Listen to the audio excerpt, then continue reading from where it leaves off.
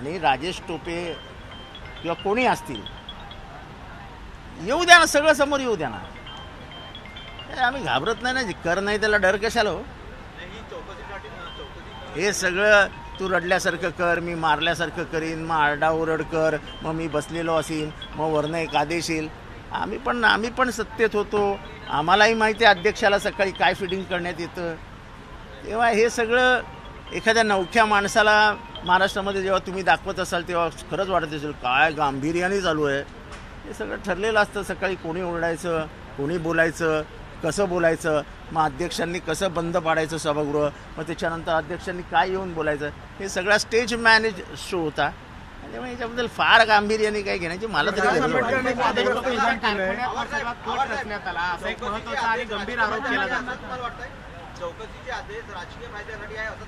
हे एकंदर मराठा आणि ओबीसी यांचं आंदोलन. अमृत नोनी आर्थो प्लस, ये एक प्रूवन फॉर्मूला है. इसमें मौजूद नोनी फल के गुण और आयुर्वेदिक जड़ी बूटियां शरीर को जरूरी पोषक तत्व देने के साथ साथ हड्डियों और जोड़ों के घिसने, उनमें होने वाले सूजन और दर्द को रोकने में मदद करता है. दर्द मुक्त जीवन के लिए अमृत नोनी आर्थो प्लस. आंदोलन जे आहे त्याच्यातनं आपल्याला या दोन्ही जातींमध्ये तेढ निर्माण करून ह्याच्यामध्ये आपल्याला फायदा कसा घेता येईल ह्याचा राजकीय विचार केला. आणि मी माझ्यासारखा एक ओबीसी समाजाचा माणूस हा विचार करत होतो की गेले अनेक वर्ष बालाबलुतेदार एकत्र राहिलेत, ह्यांच्यामध्ये दुफळी माजवणं हे म्हणजे महाराष्ट्राचा घात करण्यासारखं. मला आयुष्यात खूप चांगले विषय आणि खूप चांगली माणसं ओळखतात. ऐका ना, पण राजेश टोपेंच्या कारखान्यामध्ये हा सगळा गट जरांगीने रचला. मला माझ्या अंदाजाने राजेश टोपेंची जी शुगर फॅक्टरी आहे त्याच्यात कुठेतरी एका क्वार्टरमध्ये गेले अनेक वर्ष जरांगे राहतात असं माहिती आत्ता मला मिळाली. मला खरंच सांगतो, जरांगेंच्याबद्दल 1% माहिती नाही. जरांगे पाटील यांचा बोलवता देणे सरकारच आहे, सरकारची झुकडी आहे असं मला वाटतं. हे मला काहीच बोलायचं नाही. पण आता या मागणीनंतर कुठले तरी पुन्हा एकदा तेढ निर्माण होईल. मराठा समाज या असं आहे की मला पहिली गोष्ट हीच सांगायची आजही मराठा समाजाला की तुमच्या इथे गुळ लावला गेला आणि जो गुळ लावणारे होते ते फक्त गुळ मिळणारच नव्हता. संसदेच्या मान्यतेशिवाय तुम्हाला आरक्षण मिळणारच नव्हतं. पण तुम्हाला हे येऊन सांगायचे देतो देतो देतो. अहो त्यांच्याच हातातच नाही तर देणार कुठनं. जे 10% आरक्षण दिलेलं आहे ते 10% आरक्षण, मला त्याच्याबद्दलही काय बोलायचं नाही. सरकार आहे, सरकार फार मायबाप सरकार असतं, काय करतील बघूया आता. एक असा प्रश्न उपस्थित होतो, जरांगे पाटील यांच्या वक्तव्याचं समर्थन मुळात नाहीच आहे, पण त्यांनी केल्यानंतर असंसदीय भाषा आणि राजकारण्यांच्या तोंडून जेव्हा शिवाशाप मी आता जेव्हा भाषण ऐकत होतो की ते लोकांच्या आई बहिणी काढतात वगैरे वगैरे वगैरे, गेले 15 दिवसामध्ये घोडा लावीन इथपासनं गाढवं लावीन इथपासनं सगळ्या भाषा झाल्या. त्याच्याबद्दल कोणीच बोलायला तयार नाही. हा दुजाभाव कशासाठी. आणि दुर्दैवाने सुसंस्कृत पक्षाचे प्रतिनिधी जेव्हा असं बोलत असतील ह्याच्याकडेही लक्ष द्यायला हवं. आपली राजकीय संस्कृती काय आहे आणि आपण कुठे जातो आहोत हे सगळ्यांनीच विचार करायला हवा. प्रकाश आंबेडकर असं म्हणाले, पूर्वी कोणालाही माहीत नसणारा जरांगे आता शरद पवारांचा बाप झाला असं एक वक्तव्य जे आहे ते प्रकाश आंबेडकरांनी केलं. तुम्ही कसं पाहता त्याला. कोणी काय वक्तव्य करावं ह्याच्यावर माझं नियंत्रण नाही. आणि शरद पवारांना ना तर कोणाचा बाप व्हायचा आहे ना त्यांचा कोणी बाप होऊ शकतो. शरद पवार. आता भाषेचा विषय निघाला म्हणून आज जागतिक मराठी दिवस आहे आणि तुम्ही आता म्हणालात की गेल्या 15 दिवसांमध्ये खूप वेगवेगळे शब्दप्रयोग ऐकलेले आहेत. त्या निमित्तानं जरांगे पाटील देत असलेल्या शिव्यांच्या निमित्तानं एकूणच भाषेच्या पातळीबद्दल काय म्हणणं आहे तुमचं. आज मराठी काय भाषा दिन आहे. कुसुमाग्रज आता या कविता फक्त पुस्तकात राहिल्या आहेत. आणि भारत आंबेंची एक कविता आहे, जनपळवर म्हणतील हाय हाय ते जाता राहील कार्य काय. तसं झालंय आता. जनपळवर म्हणतील हाय हाय. सर हिंदी में जाना चाहेंगे. जरांगे पाटिल ने जो बयान दिए थे उसकी अब SIT जांच होने वाली है, मांग की थी विपक्ष ने भी कि इसके पीछे कौन है. जरूर सरकार ने उसको ढूंढना चाहिए. 4 महीने से जो कुछ हो रहा है महाराष्ट्र में वो कौन करवा रहा है। दो जातियों में विद्वेष पैदा करके सामाजिक व्यवस्था जो महाराष्ट्र की है वो बिगड़ाने का काम कौन कर रहा है। ये सामाजिक व्यवस्था आज नहीं निर्माण हुई, जब से 12 बलूतेदार जिनको कहते हैं और मराठाओं सब एक गांव बनता था, वो गांव में लेन देन का व्यवहार होता था, व्यापार होता था। जब पूजा की जाती गांव में तो सब लोग इकट्ठा होकर जगह पे जाते थे। अब वो कहाँ गए, सब लोग कहाँ जाएंगे, एक दूसरे को शक के नज़र से देखेंगे तो इस देश का, इस महाराष्ट्र का क्या होगा। सवाल उधर है। सवाल हमारे में हमको ये है कि क्या महाराष्ट्र की शांतता आप बिगड़ाने की कोशिश कर रहे हो, आपको अच्छा लगता है तो ठीक है करो। लेकिन सीएम और डीसीएम खुद विपक्ष की ओर इशारा कर रहे हैं। देखो ऐसा है, जब मेरे ऊपर कोई चीज़ आती है तो मैं ऐसा साइड में हो जाता हूँ। 4 महीने से आप लगातार देख रहे हैं कि गुलाल, जूस, इसके ऊपर मैं पहले दिन से इस विषय से लंबा रहा था, क्योंकि मुझे यहाँ पे एक शक था कि महाराष्ट्र की समाज व्यवस्था बिगड़ाने का काम कोई ना कोई पर्दे के पीछे से कर रहा है। और ये सिर्फ और सिर्फ लोकसभा के चुनाव मद्देनजर रखते हुए किया गया था।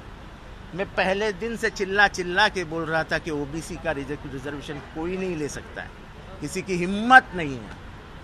पर हम डरा रहे थे उनको, तुम्हारा रिजर्वेशन जाएगा, तुम्हारा रिजर्वेशन जाएगा। छोटा समाज है, दिखता बड़ा है। वंजारी, माड़ी, दास, साड़ी, कुड़ी, कांवड़ी, धनगर, इनसे सबसे जुड़ा हुआ ये समाज 375 जातियों में बटा हुआ है। तो संख्या उनकी कई हजारों में, कई लाखों में है। जब छोटा, यानी जब मूंगी को हम हाथ लगाते हैं तुरंत सब मूंगी चीटी इकट्ठा हो जाती है। हाथी नहीं होता है, हाथी अपना सुस्त पड़ा रहता है।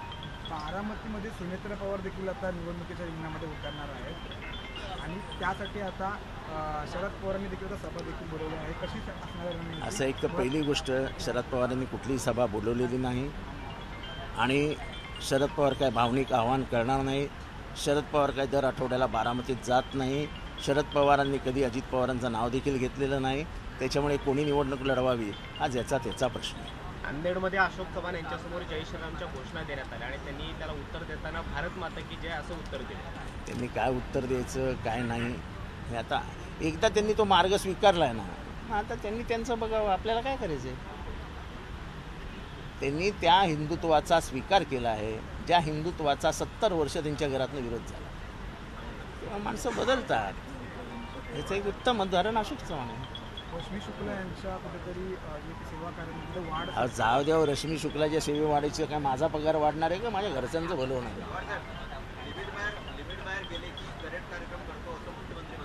काय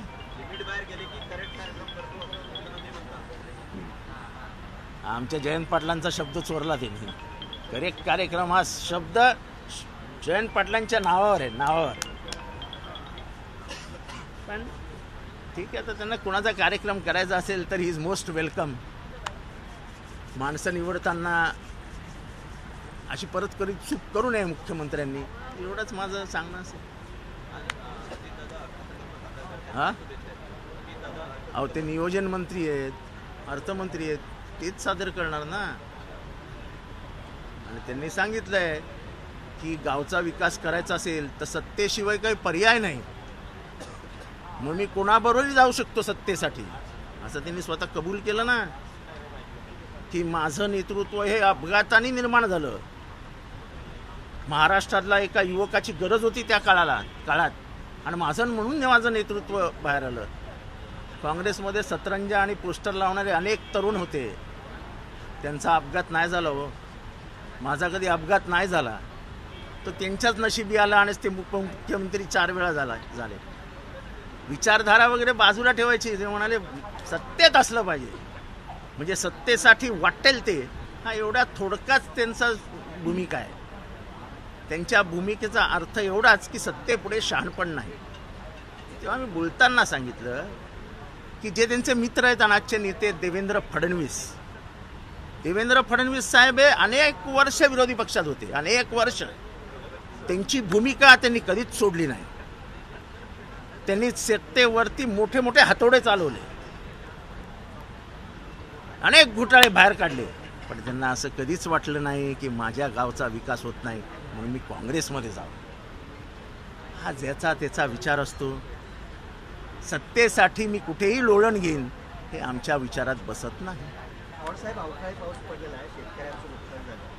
मागच्या वेळेचे अवकाळी पाऊस पडले त्याची मदत अजून मिळाली नाही. या अवकाळीमुळे जे नुकसान झालं त्यासाठी शेतकऱ्यांच्या मदतीसाठी काही अपेक्षा करू नका. आपलं राज्य सरकार 1,60,000 कोटीमध्ये खाली आहे. 1,60,000 कोटी हा दरवर्षीचा अर्थसंकल्प जो येतोय ते लिपापोटी आहे. एकही खाली काम होत नाही आहे, पैसे जात नाही आहेत. त्यामुळे महाराष्ट्राच्या आणि महाराष्ट्रामध्ये अर्थमंत्री जो विकास सांगतायत तो विकास होतच नाही. पण मला वाईट या गोष्टीचं वाटतं की जेव्हा आमच्या मंत्रिमंडळात अजित पवार असायचे तेव्हा एखादी जी आम्ही योजना केली की ते मोठ्याने ओरडायचे, तुम्हाला काय महाराष्ट्र खड्ड्यात घालायचं आहे का. आता इथे तर कुठल्या आमदाराला 1,000 कोटी, कुठल्या आमदाराला 700 कोटी, कोणाला किती कोटी. आता महाराष्ट्र खड्ड्यात नाही जाणार, आता महाराष्ट्र असं उचलून वरती नेणार. मैंने बयान सुना नहीं है. नहीं, मेरे को बयान सुनना पड़ेगा, आपके मुंह से नहीं ले सकता हूँ.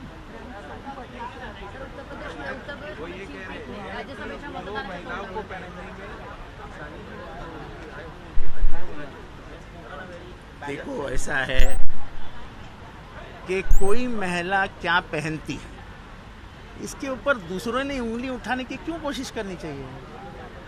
मुझे अगर मेरा मुंह पूरा ढकना है तो आपको क्या एतराज है कि आप मेरे बदन को देखना चाहते हो क्या.